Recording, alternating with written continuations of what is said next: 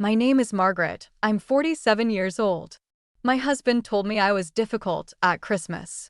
He said it at our kitchen table. Then my son called me at 12:01 a.m. asking what the hell was on the news.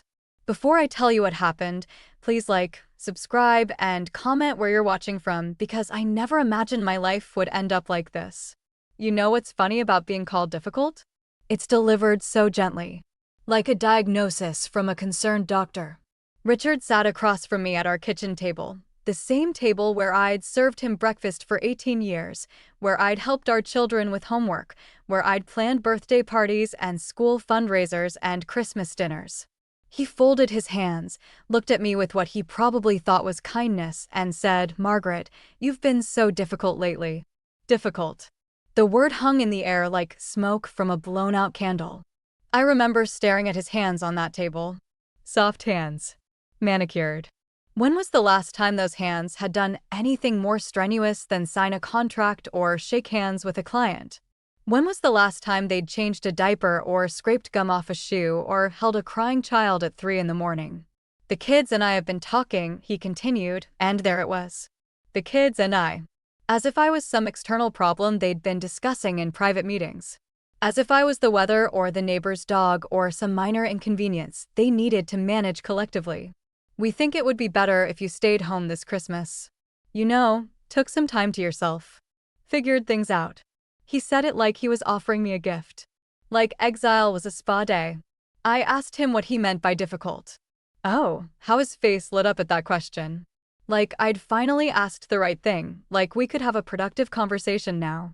He had examples ready. Of course he did.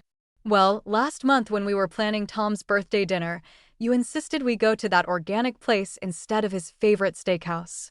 You said the steakhouse was ethically problematic. That made everything complicated." I remembered that conversation differently. Tom is our youngest, just turned 16. When I suggested the organic restaurant, I'd explained that I'd been reading about factory farming, about the environmental impact, about antibiotic resistance. I thought maybe we could try something new, show Tom there were other options. But according to Richard, wanting my family to consider the world beyond their immediate desires was difficult. And then there was the thing with Sarah's college applications. Sarah, our eldest, 18 and bright as a star. She wanted to study environmental science, but Richard kept pushing business programs. When I supported her choice, when I said maybe we should listen to what she actually wanted to do with her life, apparently that was me being difficult too. "You undermine me in front of her," Richard said, his voice still calm, still reasonable. "You made me look like the bad guy." I wanted to laugh. I wanted to scream. Instead, I asked, "What else?" "The dinner parties. You used to be so good at hosting, so charming. But lately, you've been bringing up all these heavy topics. Climate change, income inequality, women's rights. People come to our house to relax, Margaret. They don't want a lecture." There it was. The real crime. I'd stopped pretending that the world was perfect. I'd stopped smiling and nodding while Richard's colleagues made jokes about their wives spending or complained about having to hire women because of diversity quotas. I'd stopped being the pretty, agreeable accessory that made everyone comfortable. "Even the kids have noticed," Richard said, and that's when I felt something break inside my chest. "They're worried about you. They think you might be going through something.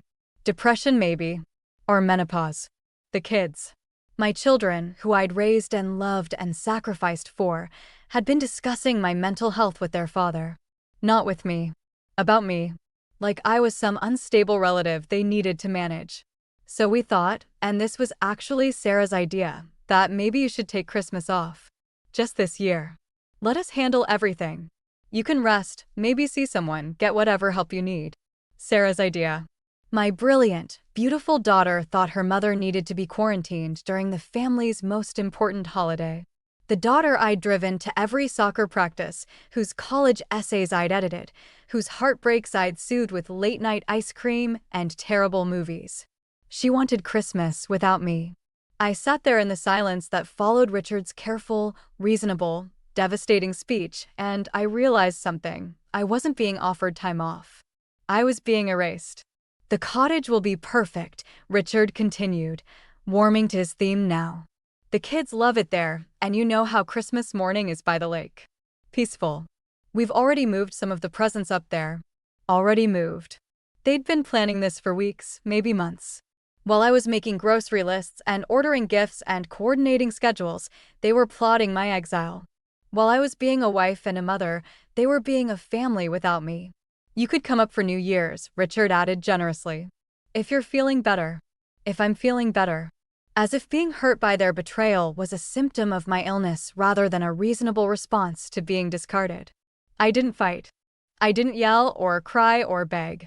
I didn't ask him to explain how 18 years of marriage had led to this kitchen table conversation where my husband calmly informed me that I was too difficult for Christmas. I just nodded. Okay, I said. Richard looked relieved. Proud, even. Like he'd handled a delicate situation with appropriate skill. Like he was a good man making a hard decision for everyone's benefit. I know this is hard, he said, reaching across the table to pat my hand. But I think it's for the best. You'll see. I looked down at his hand on mine and felt nothing. Absolutely nothing. For 18 years, his touch had meant comfort, love, home. Now it felt like a stranger's hand. Polite and meaningless. That afternoon, I watched from the living room window as Richard loaded the car. Suitcases, wrapped presents, the Christmas stockings my mother had embroidered when the kids were small. Sarah came out carrying the star we put on top of the tree every year, the one she'd made in 2nd grade, lopsided and glittery and precious. Tom followed with boxes of ornaments, each one a memory from Christmases past. They were taking our traditions with them.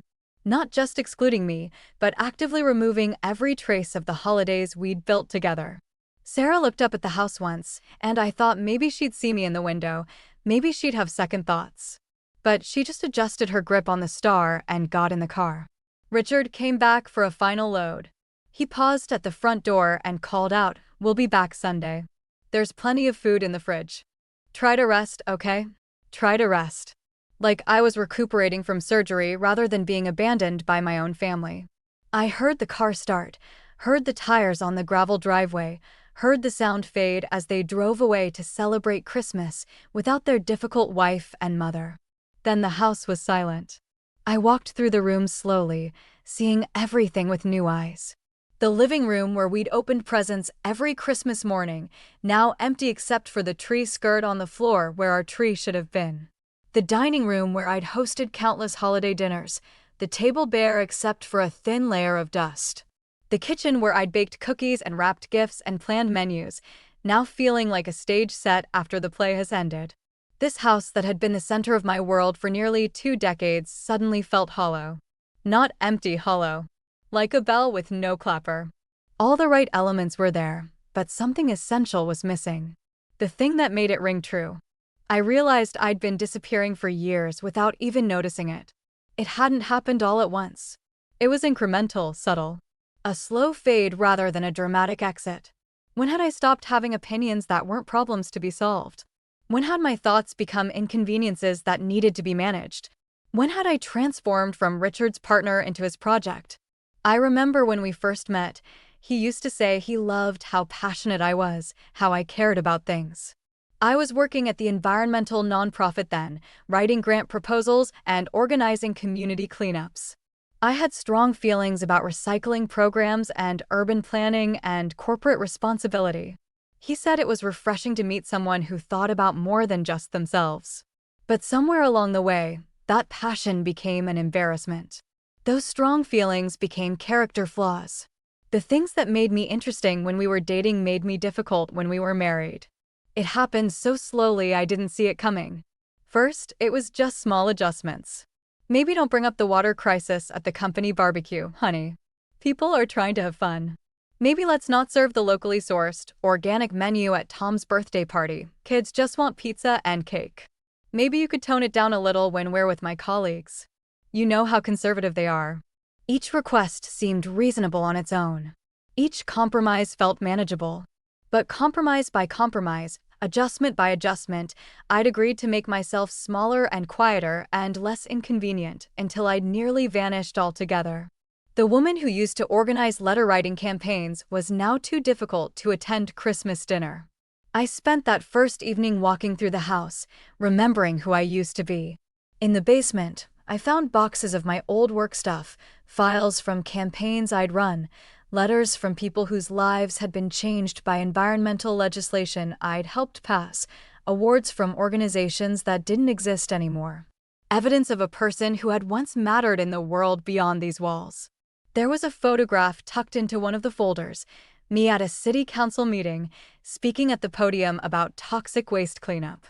I was probably 30, fierce and focused, making an argument I believed in to people who had the power to do something about it. I looked powerful. I looked like someone who expected to be heard. When was the last time anyone in this house had listened to me like that? When was the last time my voice had been anything other than background noise? I brought the box upstairs to my study, the one room in the house that was still mine. Richard called it my hobby room, like I was collecting stamps or knitting scarves. But it was where I went when I needed to think, where I kept my books and my computer and the parts of myself that didn't fit anywhere else in our perfect suburban life. I'd been working on something in that room for months. Not a hobby. Not a phase. Work. Real work. The kind that used the parts of my brain that had been dormant for too long. It started small. Just researching. I'd gotten curious about water rights in our area, about the new development projects Richard's firm was involved in. Nothing accusatory, just wanting to understand how the permits worked, how decisions got made about water access and environmental impact. What I found made my stomach turn. The new luxury subdivision Richard's firm was designing, the one he'd been so excited about, the one that was going to be his biggest commission yet, was being built on protected wetlands. The environmental impact studies had been falsified. The water table data had been manipulated. The whole project was a disaster waiting to happen, and it was all perfectly legal because the right people had been paid to look the other way. I spent weeks following the paper trail. Corporate filings, campaign contributions, environmental reports that contradicted each other depending on who was paying for them. I wasn't trying to cause trouble. I just wanted to understand how this was possible. But the deeper I dug, the angrier I got. And the angrier I got, the more Richard dismissed me. "You're obsessing again," he'd say when he found me at my computer late at night. "This isn't healthy, Margaret. You can't save the world from our spare bedroom." He didn't ask what I'd found. He didn't want to know. Because knowing would make him complicit, and Richard had built his whole life around plausible deniability. I tried to talk to him about it once. I showed him the documents, explained the connections, laid out the evidence. He listened with that patient smile he used when the kids were telling him about their day, polite but essentially absent. "I'm sure you're right about some of this," he said when I finished. "But these are big companies with teams of lawyers and environmental consultants. If something was really wrong, someone would have caught it by now. Someone would have caught it." As if I wasn't someone. As if my months of research and investigation were just the paranoid delusions of a bored housewife. "Besides," he added, "this is my biggest project, Margaret. You know how important this is for us. For my career. I can't go around questioning my own clients based on internet research." Internet research. That's what he called it. As if I'd been reading conspiracy theories instead of analyzing public records and scientific data. That's when I realized that Richard didn't see me as difficult because I was wrong. He saw me as difficult because I was right, and being right was inconvenient for him. So I stopped talking to him about it. I kept working, kept digging, kept documenting. But I did it quietly. I learned that in my house, caring about things that mattered was a character flaw to be managed, not a strength to be supported. The irony wasn't lost on me. I'd spent years being told I was too passionate, too intense, too difficult. And now, sitting alone in my house while my family celebrated Christmas without me, I realized that all that passion and intensity had been focused on the wrong things.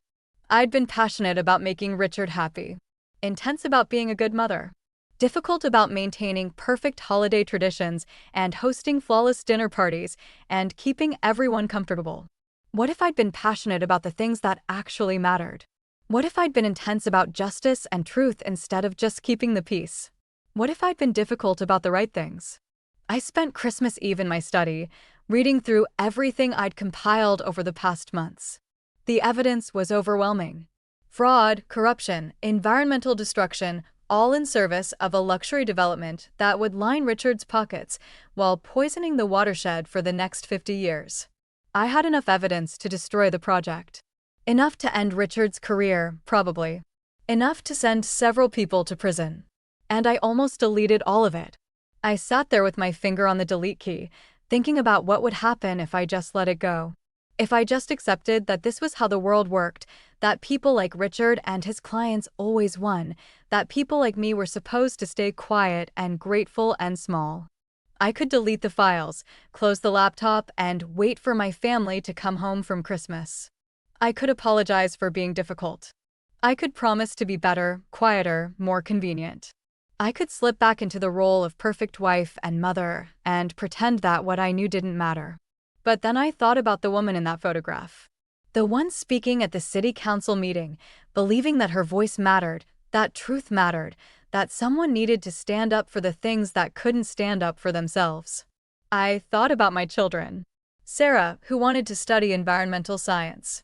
Tom, who would inherit the world we were leaving behind. Did I want them to learn that being difficult was worse than being wrong?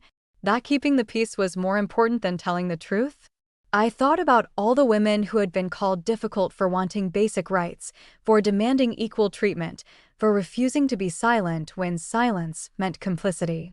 I thought about the wetlands that would be destroyed, the water that would be poisoned, the wildlife that would disappear. Also, Richard could add another wing to our house and another car to our garage. And I kept the files. Christmas Day was strange. I woke up late, something I hadn't done in years, and made myself coffee in the silent kitchen. No stockings to tend to, no breakfast to coordinate, no wrapping paper to clean up. No excited children bouncing on my bed at dawn, no husband pretending to be surprised by gifts he'd watched me wrap. It should have been sad. It should have been the worst Christmas of my life. Instead, it was peaceful. I made pancakes for one and ate them slowly, without anyone asking for more syrup or complaining about having to wait. I watched the snow fall outside my kitchen window without worrying about whether the roads would be clear for guests or whether I needed to shovel the driveway before my mother-in-law arrived. I spent the day reading. Real reading for pleasure, not just scanning headlines while making grocery lists or researching environmental law while dinner cooked. I read an entire book from cover to cover without interruption, something I hadn't done in probably 5 years. The house felt different without the frantic energy of Christmas morning, without the performance of perfect family happiness. Calmer. More honest. Like it had finally stopped pretending to be something it wasn't. My phone buzzed occasionally. Messages from friends asking about Christmas plans, assuming I was at the cottage with Richard and the kids. I let them go unanswered. What would I say? That my family had decided I was too difficult for Christmas? That I was spending the holiday alone because caring too much about things that mattered had made me inconvenient. Around noon, my sister called. "Merry Christmas," she said, bright and cheerful. "How's the cottage? Are the kids spoiling you?" "I'm not at the cottage," I said. Silence. Then, "What do you mean? Where are you?" "Home." "Home? But I thought Richard said you were all going up to the lake this year." Richard had told people I was with them. Of course he had. Can't have people asking awkward questions about why his wife isn't at Christmas dinner. Things changed, I said. More silence. My sister wasn't stupid. She could read between the lines. "Margaret," she said carefully, "is everything okay?" I almost told her. I almost poured out the whole story. The kitchen table conversation, the months of being called difficult, the research I'd been doing, the choice I was facing. But what was the point? She'd want to fix it, to mediate, to help me find a way back to being the person everyone wanted me to be. "Everything's fine," I lied. "I just needed some time to myself." We talked for a few more minutes about nothing important, and then she hung up. I could hear the worry in her voice, but I couldn't bring myself to care. I was tired of managing other people's emotions about my life choices. That evening, I did something I hadn't done in years. I lit a candle and sat in my study with the lights off, just thinking. Not planning or organizing or trying to solve problems. Just existing in the quiet space between who I had been and who I might become. I thought about the woman I used to be, the one in the photograph with the fierce eyes and the steady voice. She wouldn't have been called difficult. She would have been called dangerous. Because she knew that women who tell the truth are always dangerous to systems built on lies. I thought about my children, asleep at the cottage, probably dreaming about their presents and their perfect Christmas morning without their difficult mother. What would they think if they knew what their father's work really involved? What would they think if they knew their mother had the power to stop it? I thought about Richard, probably sleeping peacefully next to the space where I should have been, relieved that he didn't have to manage my inconvenient conscience for one more day. And I thought about the woman I could still become. The one who chose truth over comfort, justice over peace, courage over convenience. The one who refused to disappear quietly. I spent the rest of Christmas night writing emails. Not angry screeds or desperate pleas. Professional correspondence. Carefully worded, thoroughly documented, legally precise communications to investigative journalists, environmental lawyers, and regulatory agencies. I attached the files I'd spent months compiling. The falsified environmental reports. The campaign contribution records. The permit applications with mysteriously missing pages. The whole ugly truth about Richard's dream project. I wrote each email 3 times, checking every fact, every date, every source. This wasn't going to be dismissed as the ravings of a difficult wife. This was going to be airtight. The last email was to Amanda Chen, an investigative reporter I'd worked with years ago when I was still someone who mattered in the world. She'd moved to CBC since then, but we'd stayed in touch sporadically. She was the kind of journalist who didn't just report on corruption, she ended it. Amanda, I wrote, I have a story for you. It's big, it's documented, and it's going to destroy some powerful people. But it's also going to save something precious. Are you interested? I hit send at 11:47 p.m. Then I went to bed and slept better than I had in months. I was dreaming about water when my phone rang. Clear, clean water running over stones, the kind I remembered from childhood camping trips before development and pollution changed everything. The ringing pulled me up from sleep slowly, like surfacing from a deep dive. The caller ID said Tom, mobile. My son. My baby boy who is now 16 and taller than his father and probably calling to thank me for Christmas presents I hadn't been there to watch him open. I answered on the 4th ring. Mom? His voice was strange. High and tight, like when he was little and had nightmares. I looked at the clock, 12:01 a.m. Tom? What's wrong? Are you okay? Mom, what the hell is on the news? The news. My stomach dropped even though I didn't know why yet. What do you mean? What news? CBC News app just sent an alert. Mom, it says your name. It says Margaret Harrison. It says, Jesus, Mom, what did you do? Margaret Harrison. My maiden name. The name I'd published under when I worked at the nonprofit. The name Amanda would have remembered from our old collaborations. Tom, slow down. What exactly does it say? I could hear him breathing hard, probably trying to read his phone while talking to me. In the background, I could hear voices. Richard's voice, sharp with panic. Sarah asking what was happening. It says CBC investigation exposes fraud in luxury development project. And then it says documents provided by environmental researcher Margaret Harrison reveals systematic corruption in permits process. Mom, there's a picture of you. An old one, but it's definitely you. An old picture. Probably the one from my nonprofit days when I still believed my voice mattered. Mom, Dad is freaking out. He's saying this can't be right, that you couldn't have. Mom, please tell me you didn't just destroy Dad's career. There it was. The question I'd been dreading and anticipating for hours. Not, why did you expose corruption? Not, how long have you known about this? But, why did you hurt Dad? Even now, even with evidence of fraud and environmental destruction spelled out in a national news story, my son's first concern was protecting the man who had called me too difficult for Christmas. Tom, I said carefully, have you read the whole story? I'm trying to, but Dad keeps asking me questions, and Sarah's crying, and everyone's losing their minds. Mom, just tell me, is it true? Did you really give them all these documents about Dad's project? It's true. Silence.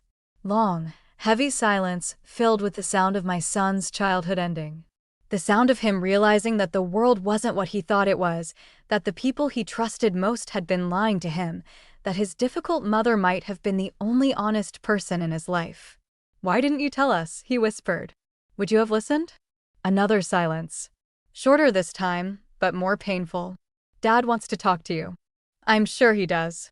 "Mom, he's really upset. I've never seen him like this. He looks scared." Of course he was scared. His perfect life built on perfectly legal corruption was crumbling in real time.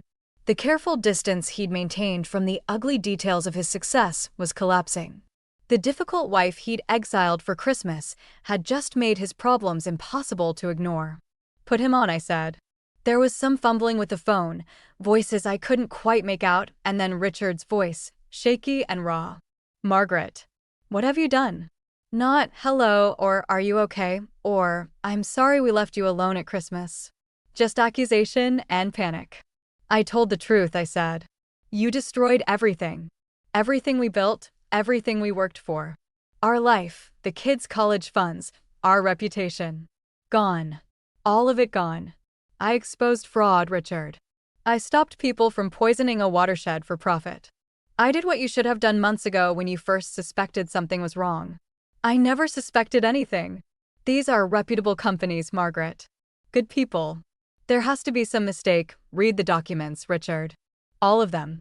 Then tell me there's been a mistake." I could hear him breathing hard, could picture him running his hands through his hair the way he did when he was losing control of a situation. "Why?" he said finally. "Why would you do this to us?" "To me? To your own family?" "To us. To me. To your own family." As if the families who would drink poisoned water didn't matter. As if the ecosystems that would be destroyed weren't worth considering. As if the only family that mattered was the one that benefited from keeping quiet about corruption. Because someone had to. But why you? Why did it have to be you? And there it was. The real question. Not why expose corruption, but why did his wife have to be the one to do it?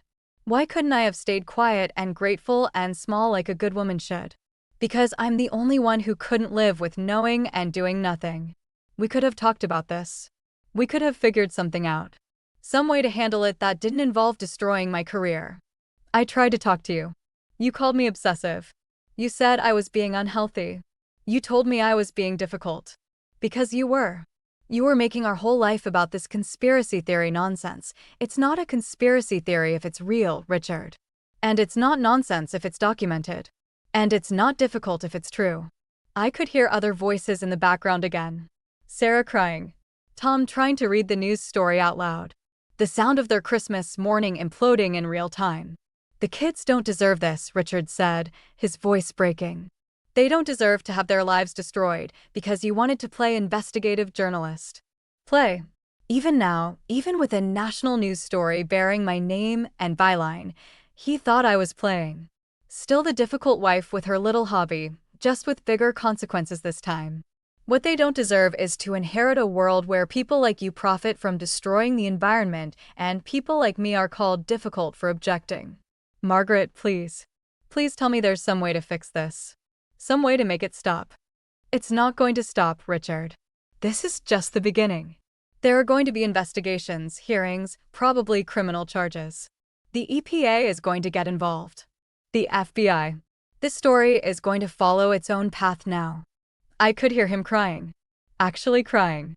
In 18 years of marriage, I'd seen Richard cry maybe 3 times, and never like this. Not the quiet tears of grief or frustration, but the broken sobbing of someone whose carefully constructed world was collapsing. Part of me wanted to comfort him. 18 years of being his wife, of making his problems my problems, of smoothing over the rough edges of his life. That instinct didn't disappear overnight. Part of me wanted to tell him it would be okay, that we'd figure it out together, that I'd find some way to minimize the damage. But a bigger part of me, the part that had been called difficult for caring about things that mattered, felt something I hadn't felt in years: relief. Relief that the truth was finally out. Relief that I didn't have to carry the weight of what I knew alone anymore. Relief that someone else would have to deal with the consequences of their choices for once. "I have to go," I said. "Margaret, wait. Don't hang up. We need to talk about this. We need to make a plan." "No, Richard. You need to make a plan. You and your clients and your lawyers need to figure out how to deal with the consequences of your actions. I'm done managing your problems. But you're my wife. This is our family.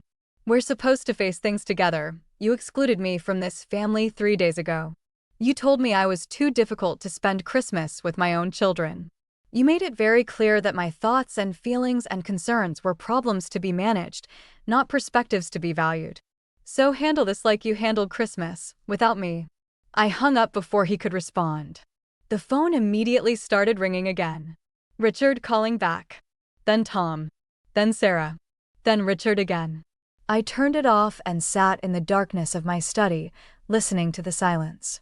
It felt different from the silence I'd been living in for months. Not the empty quiet of being ignored, but the powerful silence of someone who had spoken truth and was now watching the consequences unfold. I didn't feel triumph. I didn't feel revenge. I felt something much simpler and much more profound. I felt visible. For the first time in years, I existed in the world as myself. Not as Richard's wife, or the kid's mother, or the difficult woman who needed to be managed. As Margaret Harrison, environmental researcher, truth-teller, person who refused to disappear quietly. The next few hours were a blur of phone calls I didn't answer and text messages I didn't read. My phone kept buzzing even after I'd turned off the ringer, a constant vibration of people trying to reach me, trying to make sense of what had happened, trying to get me to explain myself or apologize or somehow undo what couldn't be undone. I made coffee and toast and sat at my kitchen table, the same table where Richard had called me difficult 3 days earlier, and ate breakfast while my old life died around me. Around 8 a.m., a car pulled into my driveway. Not Richard's car. A small SUV I didn't recognize. Through the window, I could see a woman getting out, checking something on her phone, looking up at my house. Amanda Chin. Still small and fierce-looking, still carrying a reporter's bag that looked too big for her frame. Still someone who chased truth for a living instead of avoiding it for comfort. I opened the door before she could knock. Hello, Margaret. Hello, Amanda. We stood there for a moment, looking at each other across the years and the choices that had brought us to this moment. Hell of a Christmas present you gave me, she said finally. I thought you'd appreciate it more than a scented candle. She laughed, and some of the tension broke. Can I come in? I have some questions. I figured you would. I led her into the kitchen and made more coffee while she set up her recording equipment. Professional habits from another life kicked in. I knew how this worked, how important it was to be precise and thorough and unshakable in my facts. First question, Amanda said, pressing record on her device. Why now? You've been sitting on this information for months. Why release it on Christmas Day? I didn't release it on Christmas Day. I sent it to you Christmas night. You released it when you were ready to publish. But why Christmas night? Why not months ago when you first discovered the problems? I thought about how to answer that. About the slow erosion of my voice in my own house, about being called difficult for caring about things that mattered, about the kitchen table conversation that had finally made me realize I had nothing left to lose. Because I spent months hoping someone else would do the right thing. I kept thinking that if I just presented the information clearly enough, if I just made the case logically enough, someone would listen. But nobody wanted to hear it. They wanted me to be quiet about it. Who's they? My husband. His colleagues. My own children. Everyone who benefited from keeping the status quo intact. Including you. You benefited from your husband's successful career. Yes. Including me. Amanda leaned back in her chair, studying me. So what changed? What made you decide to blow up your own life? I realized my life was already blown up. I just hadn't admitted it yet. She asked me to explain, so I told her about the word difficult. About being excluded from Christmas. About years of having my voice systematically diminished until I barely existed in my own family. About the choice between disappearing quietly and fighting for something that mattered. And you chose to fight. I chose to exist. Fighting was just what that looked like. We talked for 2 hours. Amanda was thorough, professional, relentless in the way that good journalists are. She asked about my sources, my methods, my motivations. She asked about the potential consequences for my family, for my marriage, for my children's futures.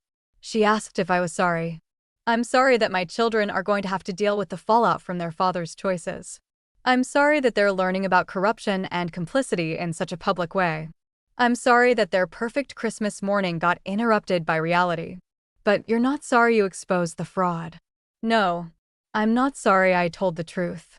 When Amanda left, she shook my hand like a colleague, like an equal, like someone whose work mattered. This is going to get ugly, she warned me. Your husband's firm, their clients, they're going to come after you hard. Character assassination, lawsuits, everything they can think of to discredit you. Let them try. The documents speak for themselves. What about your family? What happens when they come home? I'd been trying not to think about that. Richard and the kids would have to come back eventually. Christmas at the cottage couldn't last forever, and they'd have to face whatever came next. I don't know, I admitted. But I'm done pretending that keeping the peace is more important than telling the truth. Amanda nodded. For what it's worth, I think you did the right thing. This story is going to save that wetland, probably prevent a lot of other shady deals from going through. You should be proud. Proud. When was the last time anyone had said I should be proud of something I'd done? When was the last time anyone had treated my work, my thinking, my choices as something worthy of pride rather than something that needed to be managed or corrected? After Amanda left, I sat in my study and read the story again. My name in the byline. My research forming the foundation of a major investigative piece. My voice, finally, being heard on a scale that mattered. The phone started ringing again around noon. Not family this time, reporters. Other journalists who wanted to follow up on Amanda's story, environmental lawyers who wanted to discuss legal action, activists who saw an opportunity to challenge other questionable developments. For the first time in years, people wanted to hear what I had to say. Not to manage me or correct me or dismiss me, but to learn from me. To build on what I'd done. To treat me like someone whose thoughts and research and conclusions mattered. It was intoxicating. Like remembering how to breathe after years of holding my breath. The calls kept coming all day. By evening, I'd given 6 interviews and scheduled 4 more for the next day. I'd been invited to speak at a conference on environmental corruption. A law firm wanted to hire me as a consultant. 2 universities wanted to discuss research positions. My phone, which had been silent for months except for family logistics and social pleasantries, was suddenly full of people who wanted my expertise. People who saw value in the work I'd been doing quietly, invisibly, in the room my husband called my hobby space. Around 6 p.m., I heard another car in the driveway. Richard's car this time. Christmas was over, and reality was waiting. I watched from the window as my family got out slowly, reluctantly. No excited chatter about their weekend, no arms full of presents and leftover food. They moved like people walking toward an execution. Tom kept looking at his phone. Sarah had been crying. I could tell from how she held herself, shoulders hunched against the world. Richard looked like he'd aged 5 years in 3 days. They stood in the driveway for a long moment, probably arguing about who should go in first, what they should say, how they should handle the difficult wife who had just destroyed their comfortable life. Finally, Richard squared his shoulders and walked to the front door. He used his key, of course he did. This was still his house, but he paused before opening it, like he was entering foreign territory. I met them in the front hallway. My family. My husband of 18 years and the children I'd raised and loved and sacrificed for. Strangers now, brought together by genetics and history and the shared experience of having their comfortable lies exposed. Hi, I said. Mom, Tom said, and his voice was small and confused, like he was 5 years old again and trying to understand why the world wasn't what he'd thought it was. Sarah just looked at me. Red eyes, tear-stained cheeks, but something else too. Something that might have been respect. Richard couldn't meet my eyes. We need to talk, he said. Yes, we do. We went to the living room, neutral territory, nowhere we'd had important family conversations before. Richard sat in his usual chair, the kids on the couch, me in the chair by the window where I could see the driveway, see the escape route if I needed one. The lawyers say it's going to be bad, Richard started without preamble. Criminal investigations, probably charges. The firm is already distancing themselves from me. I'll probably be disbarred. He said it like it was my fault. Like I'd forced him to falsify environmental reports and take bribes from developers. I'm sorry you're facing consequences for your choices, I said. My choices? Margaret, I didn't choose to have my wife destroy my career on Christmas Day. I didn't choose to have my reputation demolished by someone I trusted to support me. You chose to participate in fraud, Richard. You chose to profit from environmental destruction. You chose to call me difficult when I tried to talk to you about it. I didn't make those choices for you. I never knew, you didn't want to know. There's a difference. Tom was looking back and forth between us like he was watching a tennis match, trying to follow arguments and accusations that were over his head. Mom, he said finally, why didn't you tell us? Why didn't you warn us this was coming? When should I have told you, Tom? When you were agreeing with your father that I was too difficult for Christmas. When you were making plans to celebrate the holidays without me. When would have been a good time to explain that your father's career was built on corruption? But we're your family, no, I said, and my voice was sharper than I intended. You're not my family. You're Richard's family. You made that clear when you decided I was too problematic to include in Christmas. Sarah spoke for the first time since they'd come home. We thought. She started, then stopped. Started again. We thought you were having some kind of breakdown. Dad said you were obsessing over conspiracy theories, that you needed help. And you believed him. He's our dad. You're our mom. You guys were fighting all the time, and you seemed so angry about everything, and we didn't know what to do. So you chose him. The words hung in the air like an accusation, which is what they were. It wasn't like that, Tom said quickly. We weren't choosing sides. We were just trying to help everyone calm down. By excluding me from the family Christmas. By giving you space to get better. Better. You mean quieter. More agreeable. More willing to ignore inconvenient truths for the sake of family harmony. Richard leaned forward in his chair, and for a moment I thought he might try to take control of the conversation, to manage this like he managed everything else. But something in my posture stopped him. What do you want from us? Sarah asked. Do you want us to apologize? Do you want us to say you were right and we were wrong? Fine. You were right. Dad's project was corrupt, and we should have listened to you. Are you happy now? Happy. She thought this was about being right, about winning some family argument. She thought I'd destroyed their comfortable life out of spite or pride or the need to prove a point. I'm not happy, Sarah. I'm tired. I'm tired of being called difficult for caring about things that matter. I'm tired of being managed and dismissed and treated like a problem to be solved. I'm tired of pretending that keeping the peace is more important than telling the truth. So what now? Richard asked. What happens to us now? That depends on you. On me? Margaret, I'm about to lose everything. My career, my reputation, probably my license to practice law. What exactly do you think depends on me? Whether you learn anything from this. Whether you acknowledge that the person you called difficult was actually the person telling you the truth. Whether you recognize that the life you're losing was built on lies. And if I do? If I acknowledge all of that? What then? Then maybe we can figure out who we are when we're not pretending to be people we're not. Tom looked confused. What do you mean? I turned to him, my baby boy who was almost a man, who was going to have to navigate a world where his mother was no longer invisible and his father was no longer invincible. I mean that for years, we've all been playing roles. Richard plays the successful lawyer, I play the supportive wife, you kids play the happy children of a perfect family. But none of it was real. It was all performance. That's not true, Sarah started. Isn't it? When was the last time we had a real conversation in this house? When was the last time anyone asked what I actually thought about something, not just whether I agreed with what everyone else had already decided? When was the last time anyone in this family was honest about anything that mattered? Silence. Long, uncomfortable silence, filled with the sound of comfortable illusions cracking. So what are you saying? Richard asked quietly. Are you leaving? Is this your way of telling us you want a divorce?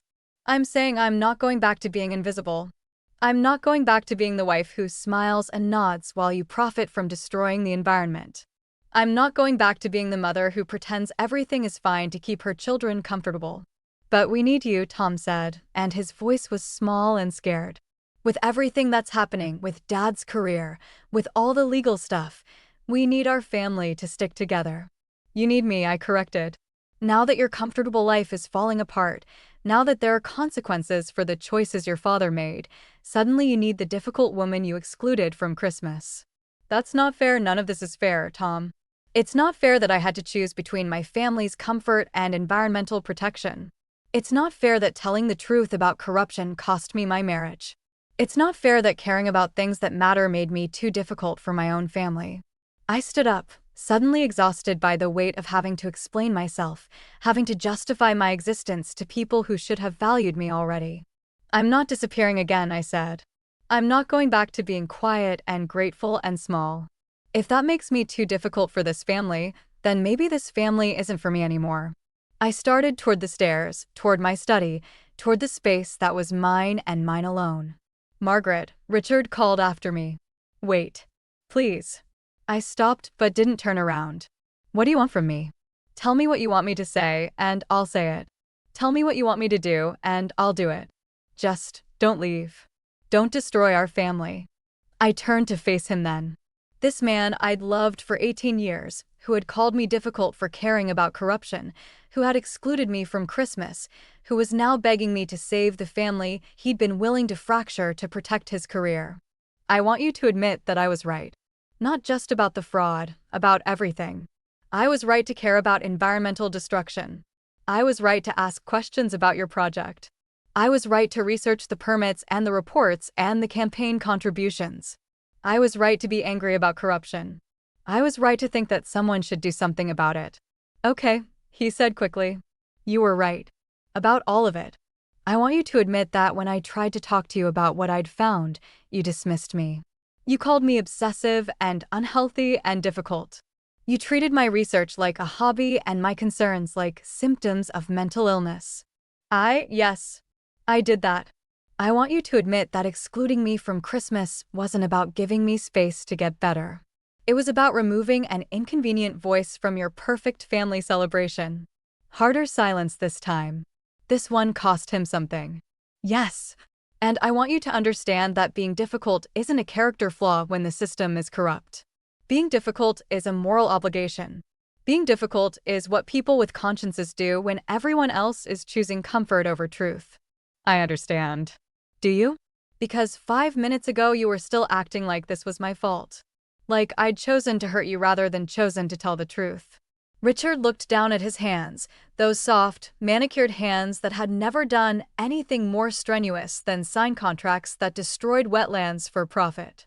I don't know how to do this, he said quietly. I don't know how to be married to someone who's willing to destroy everything we built for the sake of principles. And I don't know how to be married to someone who thinks principles are less important than preservation of the status quo. We looked at each other across the wreckage of our marriage, two people who had loved each other once but had been slowly, inexorably becoming strangers. Can we learn? Sarah asked suddenly. Can we figure out how to be different? How to be honest?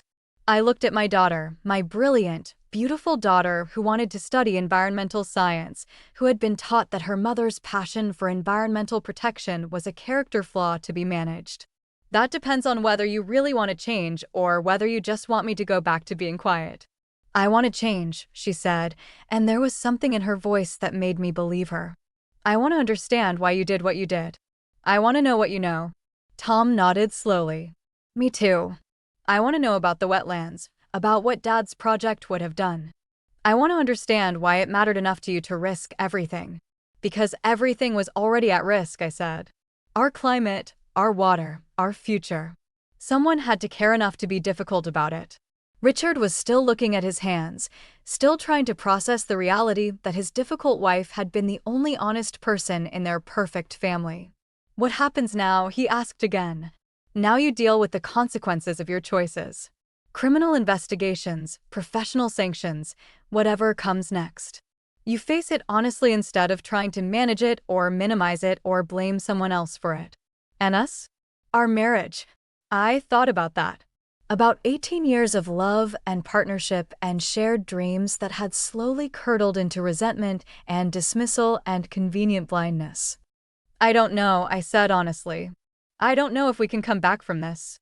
I don't know if I can trust you to hear me when I tell you inconvenient truths. I don't know if you can learn to value honesty more than comfort. But you're willing to try? I'm willing to see who you become when you can't hide from the truth anymore. We talked for another hour. Not the careful, managed conversation of people trying to preserve a fragile peace, but the messy, difficult conversation of people trying to figure out who they really are when the performance ends. Tom wanted to know about the environmental research I'd been doing, about the implications of his father's project, about what it meant to care about something enough to risk everything for it. Sarah wanted to know about my work years ago, about the woman in the photograph who spoke at city council meetings and organized environmental campaigns and believed her voice mattered. Richard mostly listened. He asked questions sometimes, clarifying details about the timeline or the legal implications, but mostly he just sat with the reality that the woman he'd called difficult had been the woman telling the truth. When we were finally talked out, when there was nothing left to say except the things that would take months or years to work through, they went upstairs to their rooms and I went to my study. My phone was full of messages again. More interview requests, more job offers, more people who wanted to build on the work I'd done. The work Richard had called internet research and conspiracy theorizing. There was an email from a publisher interested in a book about environmental corruption. Another from a documentary filmmaker who wanted to tell my story. A third from an environmental law organization that wanted to hire me as a researcher and expert witness. For years, I'd been nobody.